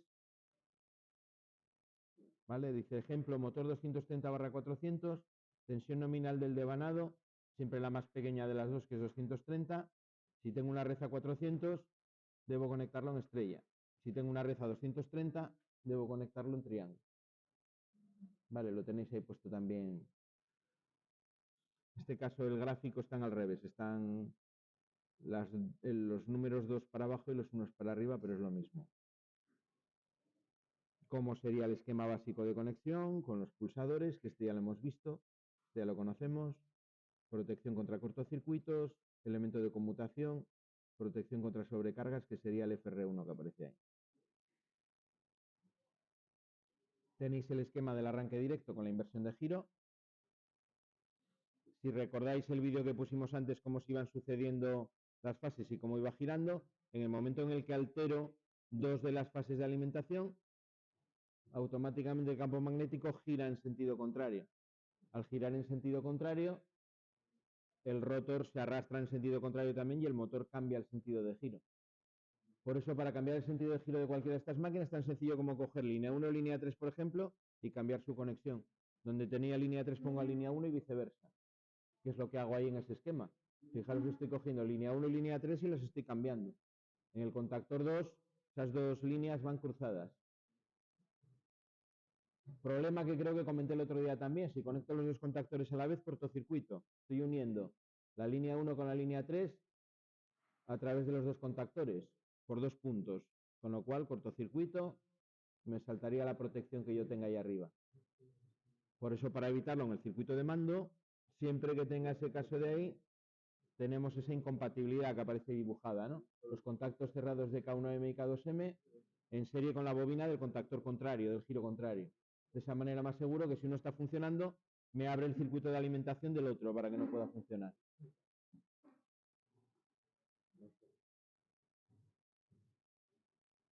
Bueno, tenéis algún caso ahí, lo que sería ya la inversión de giro, una inversión de gira sin pasar por paro. Esta de aquí sería pasando por paro, ¿vale? Para poder hacerlo girar en el sentido contrario, tengo que dar al pulsador de paro, el S2, y luego dar a la marcha correspondiente. Y aquí tendríais una botonera, cómo se cablearía para conseguir el giro sin pasar por paro. Esto está sacado del catálogo, me parece, de Klöckner-Moller, que lo dibujan de esa manera. Otro fabricante me va que es sueco o de por ahí arriba. está bastante implantado, estaba por lo menos antes, no sé ahora, pero tenía bastante material por instalado ese fabricante. Y así es como señala pues una botonera, ¿no? Para hacer una inversión de giro directa. Simbología y todo está sacado tal cual del catálogo de ellos. Bueno, cuando hagamos la parte de la inversión de giro, la práctica de la inversión de giro, la mejora que os pido en la práctica es hacer eso de ahí, que es añadir un contacto cerrado de cada pulsador en serie con el contactor contrario, de tal manera que cuando yo pulso, en la misma operación estoy frenando o parando el sentido de giro contrario y poniendo de marcha el sentido de giro que yo quiero. Es decir, estaría con los dos pulsadores, igual que hicimos con los relés, conectando cada sentido de giro, cada contactor. Lógicamente eso en un motor real se puede hacer si es un motor de muy pequeña potencia. Hay que asegurar que cuando uno presiona los dos puntos siempre tenga posibilidad de paro. Si doy los dos a la vez, van a estar los dos abiertos, me va a abrir la rama de los dos y no va a funcionar ninguno. El truco está en que los pulsadores, siempre el contacto cerrado, como vimos, actúa antes que el abierto. Por eso cuando yo pulso, no estoy realmente parando y poniendo en marcha en el mismo instante. El paro siempre va un poquito por delante de la marcha. Además, como tengo los enclavamientos, sigo teniéndolos, es imposible que se conecten a la vez. La diferencia es una diferencia menor del milímetro, ¿no? Ya habíamos visto en los gráficos de la actuación de los contactos. El paro siempre abre antes que el abierto se cierre, lo cual me da ahí el margen suficiente para poder darle el arranque. Pero bueno, es una aplicación real, salvo que sea un motor muy pequeño, que me interese hacerlo funcionar de esa manera. No voy a poder hacerlo con un motor de potencia. Veréis cuando lo hagáis aquí el bote que pegan los motores cuando les hago eso. Es todavía mucho más crudo para el motor que cuando lo freno antes de que paro el arranque, porque le estoy metiendo, le estoy obligando a que frene el sentido que llevaba y que empiece a girar en sentido contrario. Eso os va a producir una punta de intensidad también importante. Vais a ver, el golpe de par que pega el motor salta a la tabla en la mesa. Como el motor está descentrado, en la tabla, cuando da ese golpe de par en sentido contrario, la tabla se mueve, bota. Una máquina que yo tenga algo mecánico, no le puedo meter mecánicamente ese golpe a las máquinas porque me lo cargo. Tiene que ser en algo muy concreto, de muy poca potencia. No la vais a ver mucho, quiero decir, una inversión de giro sin pasar por paro no es fácil de ver porque mecánicamente es una aberración hacerles a una máquina estar metiéndole ese viaje, por decirlo de una manera simple, cada vez que le invierto el sentido de giro.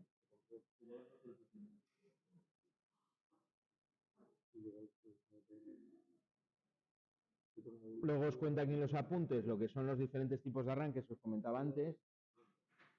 Simplemente os los nombra, ¿no? Para que tengáis idea, para que os suenen.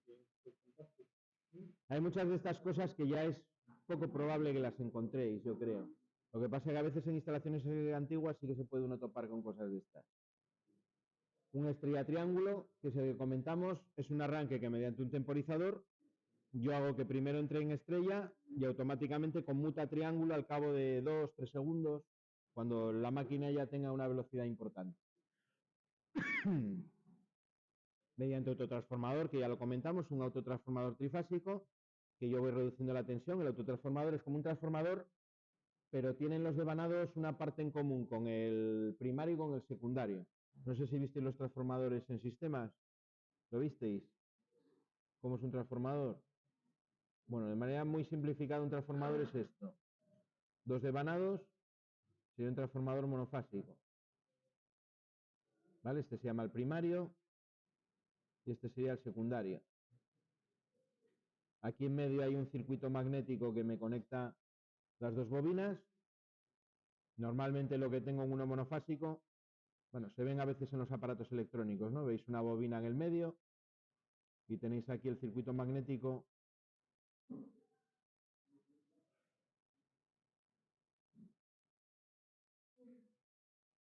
Queda un poco churro.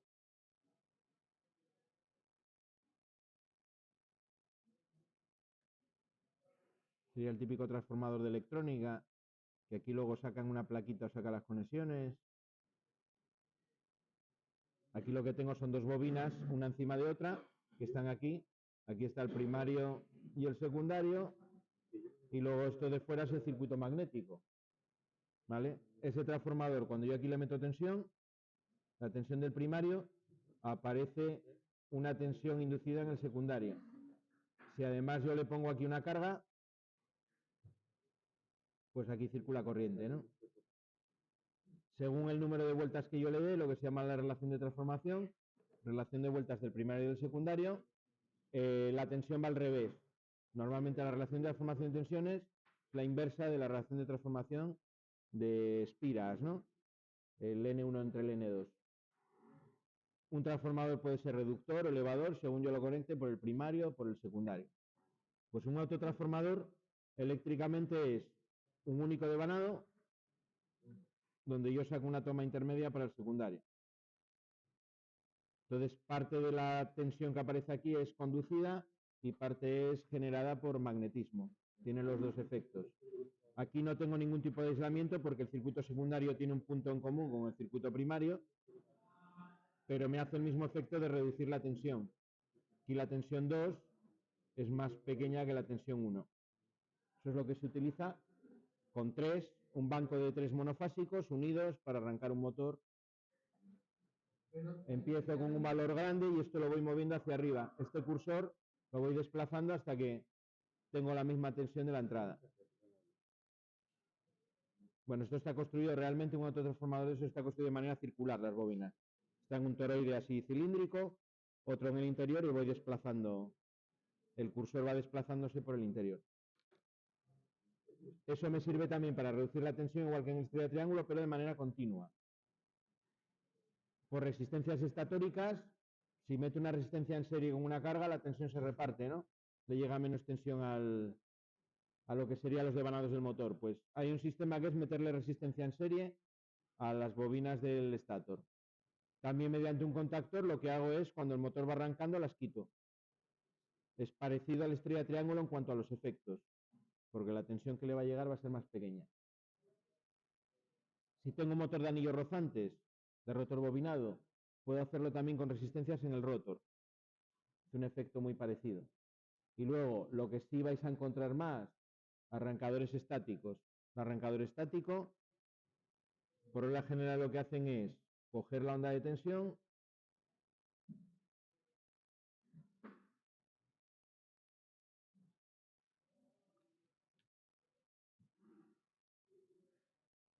en una de las fases, ¿no? Imagínate que tienes esto. Pues bueno, mediante triacs y otros dispositivos electrónicos lo que hacen es que a lo mejor tú alimentas con esto. Te recorta la onda. Imagínate que te quedas con un tercio, ¿no? Por ejemplo. La onda que te quedaría de alimentación sería la que está en color rojo. Va recortando la onda de tensión. El valor eficaz de esta onda será proporcional al área de la curva, ¿no? Va a ser mucho más pequeño que el valor eficaz de la otra. Si yo voy variando esto mediante un circuito electrónico, puedo empezar así progresivamente, ir alimentando con cada vez una mayor porción, ¿no? Un siguiente tramo alimentaría, por ejemplo, así. Un arrancador electrónico me lo hace eso de manera continua. Me va recortando la onda cada vez menos, hasta que te alimenta con la onda completa. De esa manera, lo que estoy reduciendo es la intensidad eficaz que tiene el devanado del motor. Estoy reduciendo la intensidad, en definitiva, que es lo que pretendemos con esos arranques. Y el motor puede arrancar además de manera suave. Como esto lo hago de manera casi continua electrónicamente, el motor arranca en el tiempo que yo quiera. Que bueno, lo podemos hacer también con un variador.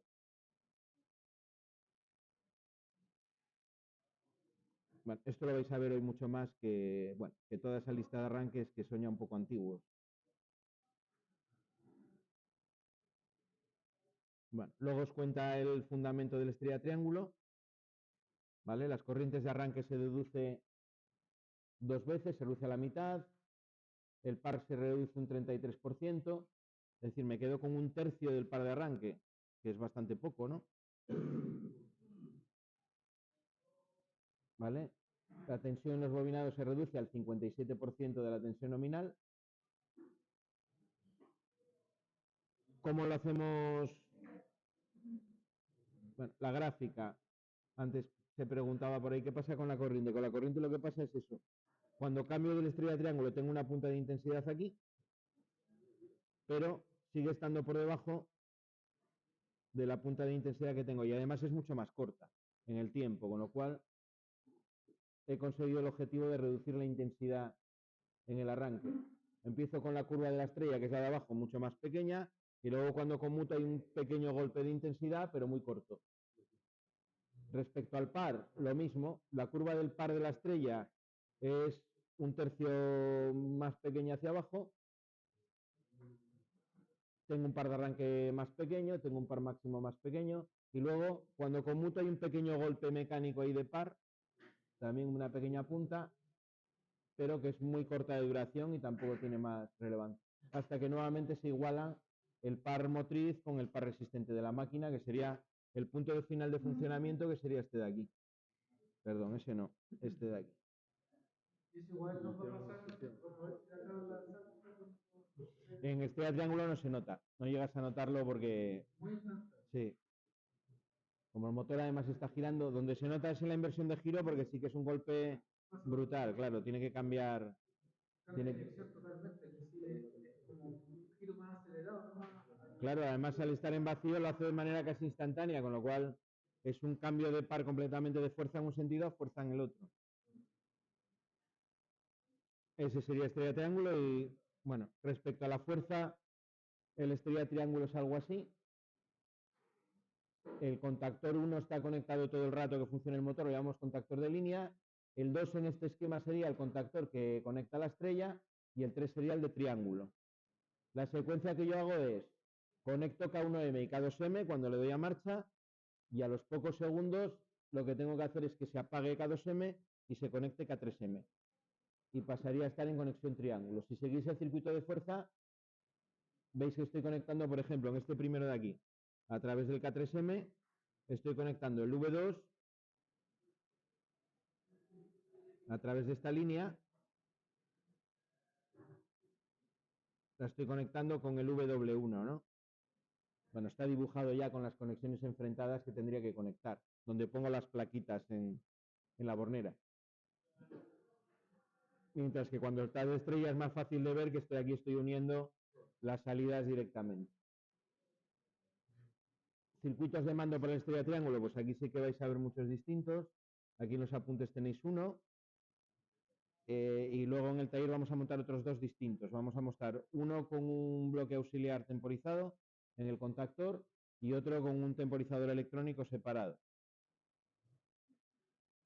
Vale, al final, mediante un temporizador tengo que conseguir apagar el de estrella y conectar el de triángulo pocos segundos después.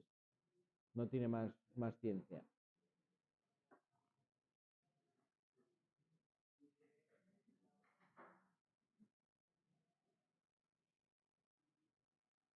Bueno, preguntas hasta aquí. Son bastantes cosas. Luego yo recomiendo que en casa lo veáis otra vez, lo miréis, leáis los apuntes con calma. Todo lo que os estoy contando está ahí. No, quiero decir, de cara al examen, pues lo que tendré que centrarme serán los apuntes.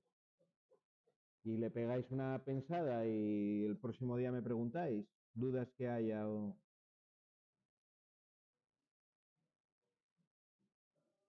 ¿Cuándo va a ser el examen? No lo fijamos todavía, pero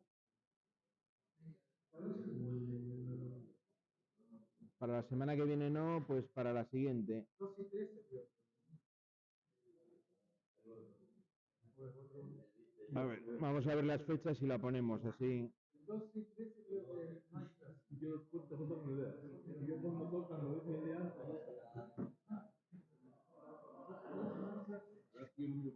Yo tampoco, por eso tengo que mirar aquí.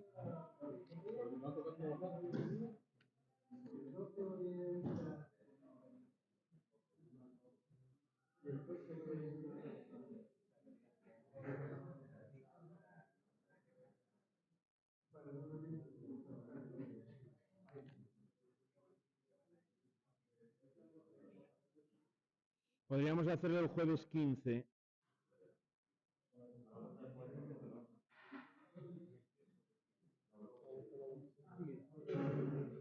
El jueves 15 podríamos hacerlo.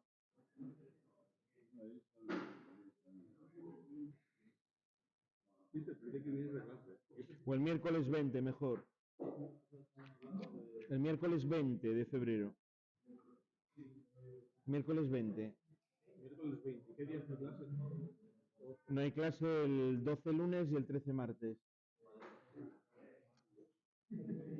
Anotarlo ya el día 20, miércoles lo hacemos, ¿vale?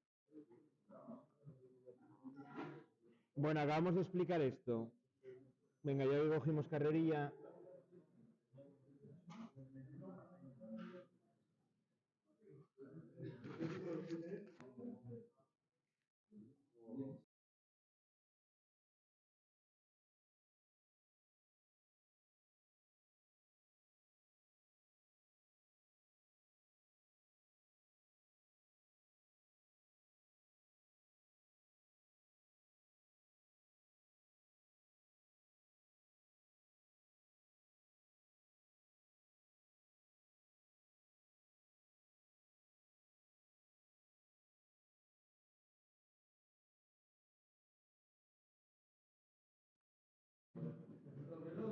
Febrero, ¿no? Marzo, lo que pasa es que en febrero todavía no le escribo. Pero puesta en marzo. Bueno, es buena noticia. Eso es una buena noticia. 18 y 19.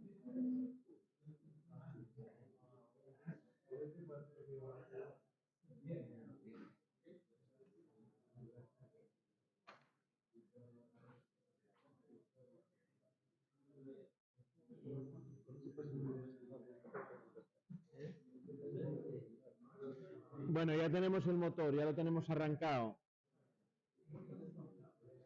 ¿Qué métodos tengo para variar la velocidad? Vamos a ver un par de ellos al menos. Trabajaremos con los variadores en segundo, más que en primero, pero bueno, para que os vaya sonando. Atendiendo a la fórmula esa de la velocidad de sincronismo, hayamos visto que la velocidad al final va a depender de dos parámetros que aparecen en esa fórmula, que son la frecuencia o el número de pares de polos. Son las dos opciones que yo tengo para poder variar la velocidad. O ataco la frecuencia o ataco el número de pares de polos. El número de pares de polos es una característica constructiva del motor. El número de pares de polos lo determina la manera en la que yo distribuyo las fases en el estator. Es decir, la manera en la que lo cableé me va a determinar sí o sí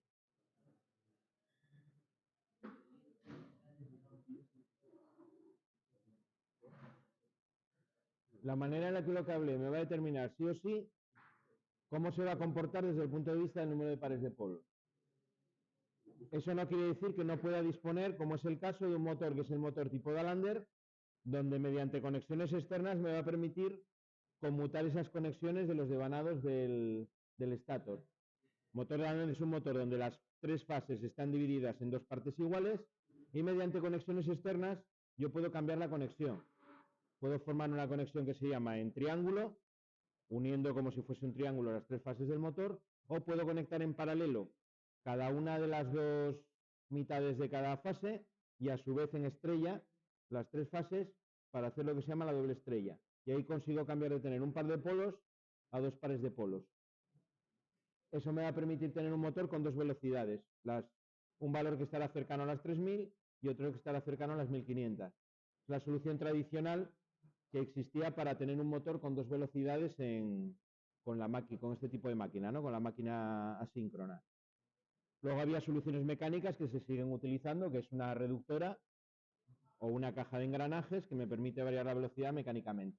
Pero eléctricamente la única manera que tenía era mediante un motor especial que es el motor tipo Dalander. Ese motor que tenéis negro ahí delante es de ese tipo. Vale.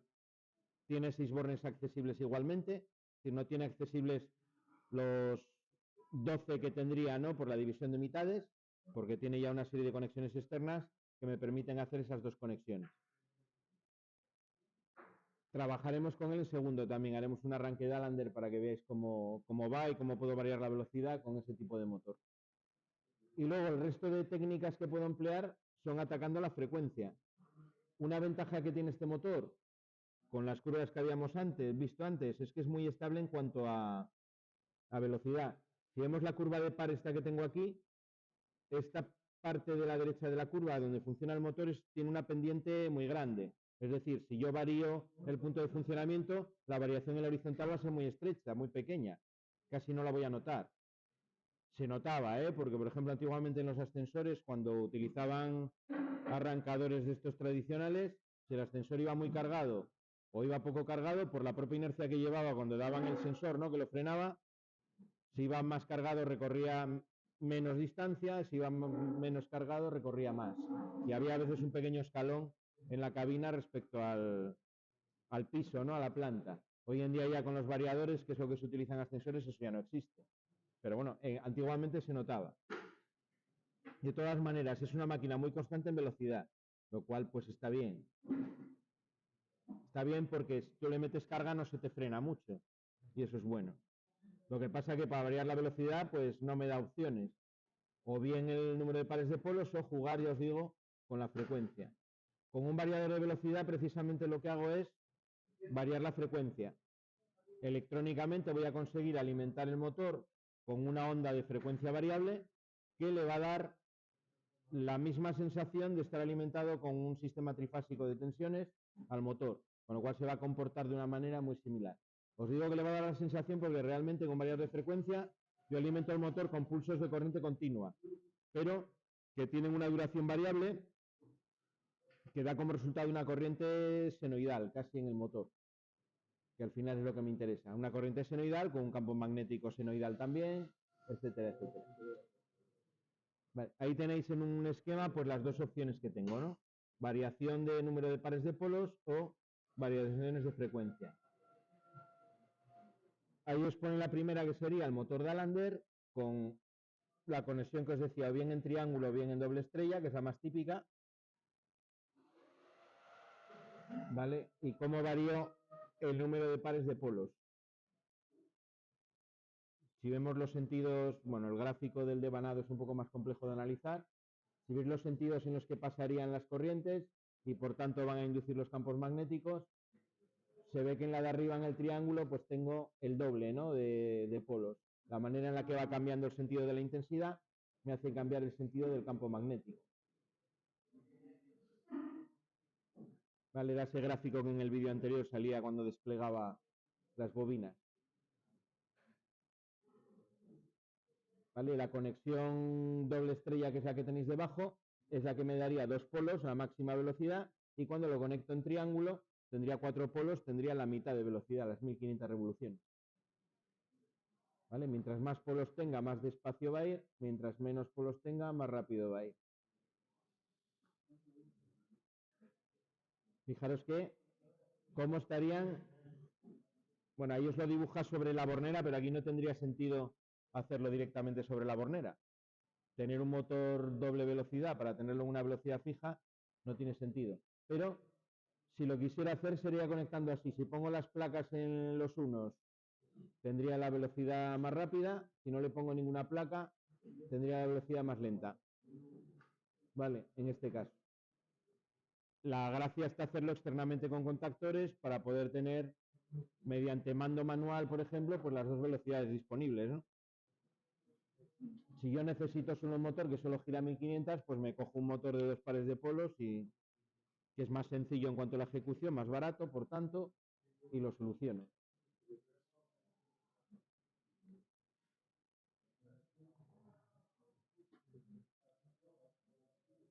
Bueno, el circuito de fuerza del Dalander, muy parecido, en este caso, al circuito de fuerza del Estrella Triángulo, parecido pero no igual.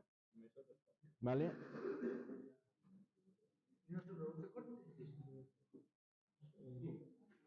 No, no se produce corte, no. A ver cómo es el mando para ver cuáles tienen que funcionar, pero no se produce. Entonces el que vamos a montar en el segundo va a ser distinto porque vamos a compartir las dos protecciones de arriba. La protección de las dos de arriba van a quedar en una, que puede ser común. Bueno, viendo el circuito de mando podemos ver cómo funciona la secuencia de arriba. Dos protecciones térmicas, porque en este caso A diferencia del estrella triángulo que tenía un único térmico, aquí tengo dos, uno para cada velocidad.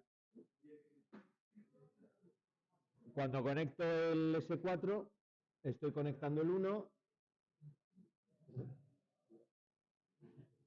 con lo cual el 3 y el 2 no podrían funcionar, ¿vale? Porque abro la rama aquí. Quiere decir que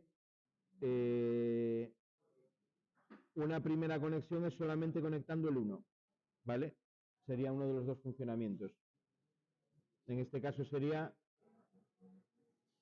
el triángulo, la velocidad más lenta, ¿vale? Sería conectando K1M.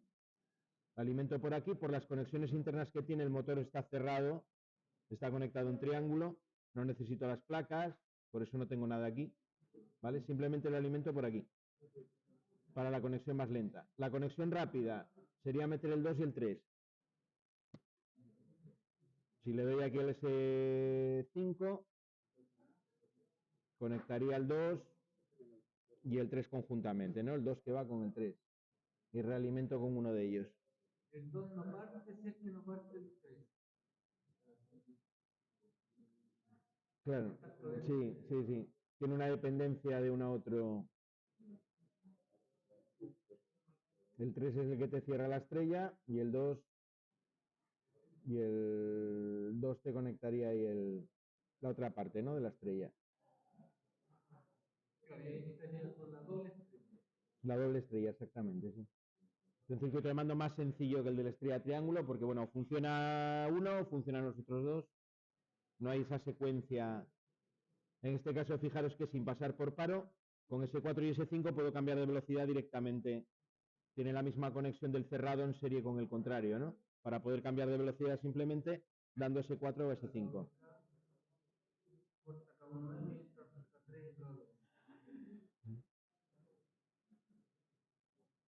Es muy parecido a la inversión de giro, pero en este caso en uno de los dos giros, entre comillas, van los dos a la vez.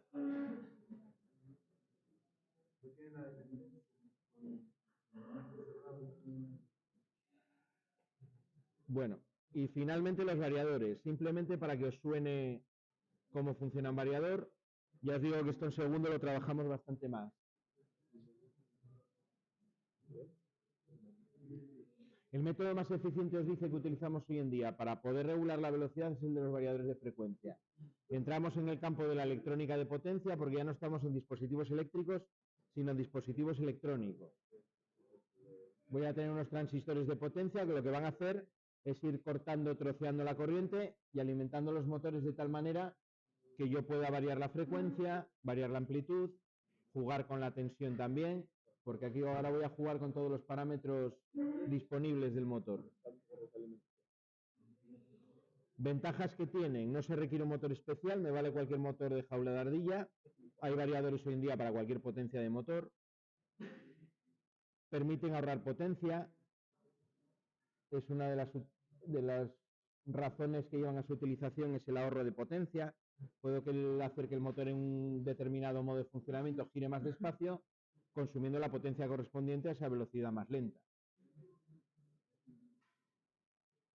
Pensar que con los motores de corriente continua, si yo ponía una resistencia en serie, para regular la velocidad, lo que hacía era un circuito serie donde le quito tensión al motor y al quitarle tensión gira a menor velocidad, pero esa resistencia está consumiendo también. Realmente estoy consumiendo más potencia de la potencia que está el motor transmitiendo mecánicamente, porque esa resistencia se está calentando y está consumiendo. Aquí, con un variador de frecuencia, yo solo consumo lo que necesito para el motor en cada caso. El precio de estos variadores, siguiendo las economías de escalas, pues ha ido bajando, se instalan muchas unidades, se fabrican muchas unidades de la electrónica interna, con lo cual los precios se han puesto muy competitivos respecto a arrancadores tradicionales. Y sobre todo una cosa muy interesante que me permite controlar remotamente todos los parámetros de la instalación con una conexión normalmente de red hoy en día y bueno, no necesito tanto mandarlo desde la red de autómatas que tenga como recibir datos de mantenimiento, lecturas del modo de funcionamiento que tiene en ese momento, lo que queráis. Etapas que tienen el funcionamiento. Bueno, un variador. Primer concepto que tengo que tener claro, que lo que hace es pasar de corriente alterna a corriente continua. En cuanto la corriente pasa a esa primera etapa rectificadora, a partir de ahí, todo lo que tengo en el variador es continua. Todo es continua. Me rectifica. Cuando yo rectifico una corriente, pues lo que hago es, bueno, en esta no me sale. Mediante un puente de diodos, lo que hago primero es producir una onda de este tipo, ¿no? Que es lo que saco de un puente de diodos. Hago los semiperiodos negativos de la onda, los hago positivos. Esa es la salida de un rectificador. Luego le pongo un filtro que lo que hace es aplanar esa onda. Mediante condensadores yo puedo hacer algo como esto. Aprovechando el principio de la carga de los condensadores, consigo transformar esa onda alterna donde todos los semiperiodos negativos los hice positivos en una onda con un determinado rizado, ¿no? Imperfecta, no es una onda de continua perfecta, pero con un determinado rizado. Bueno, una etapa de control y los inversores, ¿no? Donde pone el inversor, lo que tengo son transistores que funcionan en saturación, es decir, cuando les meto corriente por la base, conducen toda la corriente entre colector y emisor, y cuando les corto corriente de base, me cortan completamente la onda. Funcionan como un interruptor controlado por corriente, pero un interruptor que puede conmutar a velocidades muy, muy altas, con muy pocas pérdidas. Vale, un transistor básicamente, el que os dibuja ahí, que es el tradicional, el JFET. Esto es la base, el colector y el emisor. Es un dispositivo electrónico que en electrónica de señal tradicionalmente se utiliza para amplificar. Si tú le metes aquí una onda así, pues entre colector y emisor yo voy a conseguir una onda de una amplitud mucho más grande, ¿no? Aquí conseguiré una onda mucho más grande, ¿vale? Eso es el transistor como amplificador. Aquí lo utilizamos de tal manera que si yo le meto corriente por la base, aquí conduce como si fuese un contacto cerrado, ¿vale? La corriente colector-emisor. Es como lo utilizamos. Como si fuese esto, ¿vale? Un interruptor controlado por corriente. Si yo le genero una señal de control adecuada aquí en la etapa de control, mediante electrónica digital, yo puedo conseguir una onda de salida como esa que tenéis en la parte de abajo, en color fucsia. ¿Vale? Esa onda se llama onda de modulación de ancho de pulso, PWM por las siglas en inglés. Son una serie de pulsos muy rápidos. Pensar que estamos en la onda de tensión, a 50 Hz eso serían 10 milisegundos cada semiperiodo. Va muchísimo más rápido, por eso os decía que el transistor es capaz de conmutar a velocidades muy, muy grandes.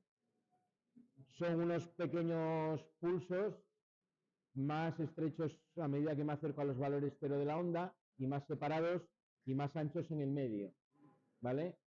Que cuando yo se los meto una bobina, como es el caso de la bobina del motor, la onda de corriente que tengo es la que tenéis ahí en línea discontinua, ¿no? En color negro, superpuesta sobre ella, que sería la onda de corriente de fase del motor. Es una onda que en la realidad va a ser algo así.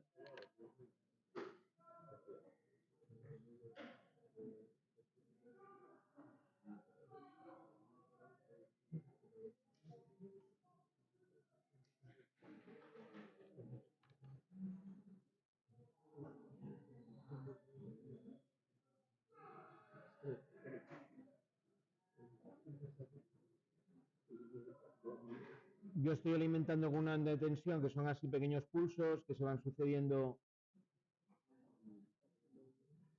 cada vez más anchos a medida que me acerco al medio, luego se van reduciendo otra vez, la separación va cambiando también, juega con los dos parámetros.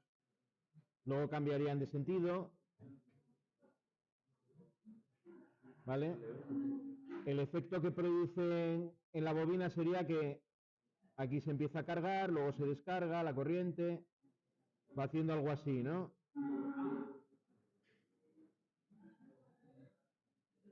Al final me queda como si fuese la onda de alterna, pero con un determinado rizado. Una onda de alterna de corriente imperfecta, pero suficiente para que el motor funcione bien. Con las bobinas y la corriente, no sé si lo comenté aquí en el otro curso, ocurre lo mismo que ocurre con la tensión y los condensadores. Las bobinas tienen inercia en corriente. Yo si le quiero variar la corriente muy rápido a una bobina, le lleva un tiempo adaptarse a esa nueva corriente. Cuando le meto un escalón de tensión, la corriente no varía de manera inmediata, sino que lleva una pequeña inercia. Igual que pasa con la tensión en los condensadores. Yo cuando cargo un condensador, yo le pongo tensión en sus placas y empieza a cargarse, pero le lleva un tiempo llegar a la tensión de carga, ¿no?, que yo le estoy metiendo al condensador. Por eso los condensadores se utilizan para construir circuitos de temporización, junto con un integrado que se llama el 555. En las patillas le mete condensadores y consigue al final ondas de salida de tiempo, ¿no?, temporizadas. El temporizador electrónico que vosotros utilizáis seguro que tiene ese integrado dentro y tiene condensadores para hacer exactamente eso. Pues con la corriente de las bobinas ocurre algo similar. Por el principio de dualidad de la bobina y el condensador, lo que decimos para la corriente en la bobina lo decimos para la tensión en el condensador. Es decir, la corriente que llega en la bobina, cuando yo le quito el pulso de tensión, no llega al mismo valor que tenía al principio, sino que va mucho más lenta la descarga. Por lo tanto, disminuye menos, me queda algo de corriente en la bobina. Cuando le vuelvo a meter el siguiente pulso, la corriente de la bobina ya no va de cero, va de un valor más alto y vuelve a aumentar. De esa manera consigo ir cargando y descargando de corriente la bobina. Al final, la onda con la que yo alimento al motor de corriente, o la corriente que tengo en cada fase del motor, es una onda muy parecida a una onda senoidal, con lo cual el campo magnético que se genera es senoidal, etcétera, etcétera. La diferencia es que yo en el variador, mediante el circuito electrónico de control, yo puedo jugar con esto. Este tiempo va a ser el que yo le diga con el circuito de control, con lo cual puedo conseguir que la frecuencia, que va en relación con el periodo de la onda, se modifique a voluntad. Tan a voluntad de que yo pueda hacer, por ejemplo, girar a 200 hercios un motor de 50. Es decir, puedo hacer que la secuencia sea muchísimo más rápida. Que pueda no quiere decir que deba hacerlo, claro, mecánicamente tiene que poder girar tan rápido la máquina que yo le voy a poner, pero puedo hacer que un motor de este tipo gire mucho más rápido o mucho más lento. Puedo hacer girar el motor a 10 hercios o a 5 hercios, es decir, 5 veces menos de las 3000 revoluciones, ¿no? Eso me lo permite el circuito de control. Aquí lo que tengo ya es electrónica digital, que va midiendo la tensión de entrada alterna y en función de eso va recortando la onda y va dando los tiempos para que los transistores conmuten y vayan produciendo la onda en la frecuencia adecuada. Como tengo un circuito digital ahí de control, pues puedo conectarlo externamente, sacar datos, me va a grabar cuando hay fallos en el motor, me lo va a dejar registrado en un log para poder recuperarlo, me va a dar medidas del motor, está continuamente midiendo la corriente que doy, la tensión, la frecuencia. O sea, tengo acceso transparente a todos los datos de alimentación del motor, con lo cual me permite hacer también supervisión, no solamente control del motor. Es una herramienta para el mantenimiento industrial pues muy potente, un variador, porque te permite controlar el motor completamente. Vale. Bueno, las aplicaciones típicas que yo hago con un variador.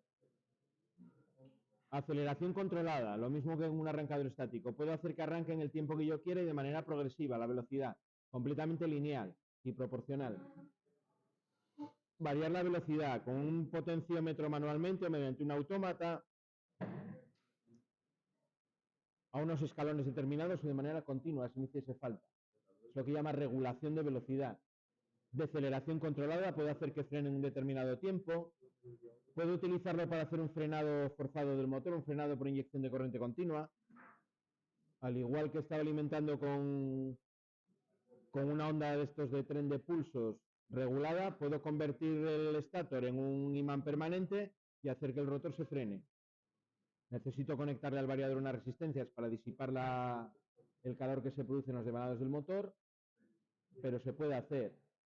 Puedo invertir el sentido de giro, puedo frenarlo, tengo protecciones integradas, si ya no necesito térmico ni fusibles, internamente él corta cuando la corriente supera los valores peligrosos para el motor. De hecho, una de las primeras labores que se hace con el variador es registrar los valores de placa del motor en el variador, para que el variador sepa qué corrientes máximas tiene el motor, qué valor de tensión, etcétera, etcétera.